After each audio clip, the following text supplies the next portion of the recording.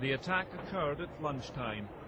Sinn Féin said 2 masked gunmen entered its advice centre in West Belfast and opened fire indiscriminately using a shotgun and handgun before escaping in a getaway car. 3 people died immediately, an elderly doorman among them. Other victims included a Sinn Féin worker and members of the public.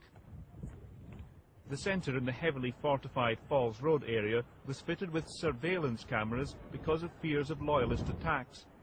But one of the first on the scene, Jerry Adams, said the gunmen gained entry by posing as journalists. Under government guidelines, his voice cannot normally be broadcast, but he was speaking in a personal capacity as a witness to events. The people who did the shooting gained entry to the building by giving the name of a journalist, and saying they were there for a pre-booked interview. They then opened fire in a small room down the stairs. Some of the people who have been shot are involved with the party. Some are not.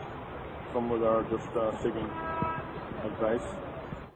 It was only later that it emerged that an RUC anti-terrorist officer had been involved in the shootings and had committed suicide.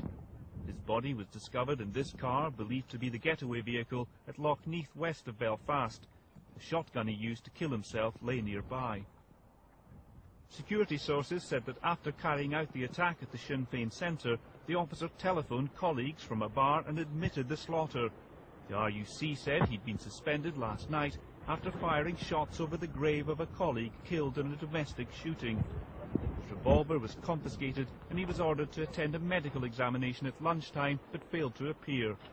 Friends said he'd been demented with grief and had set off seeking revenge.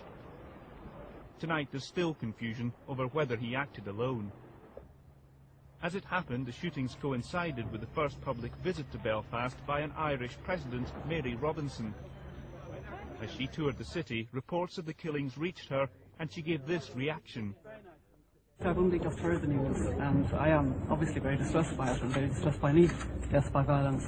It seems to run counter to what I've been seeing and sharing in and enjoying so far here in Belfast, but it is very distressing and very upsetting. Elsewhere in the city, crowds had gathered for a mass protest by both Catholic and Protestant workers calling for an end to intimidation and sectarian murders.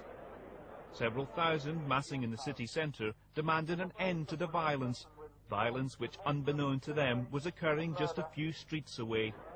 Their demands were tonight reinforced by the Northern Ireland office, which said, "The people have suffered enough. It's now time to give peace a chance."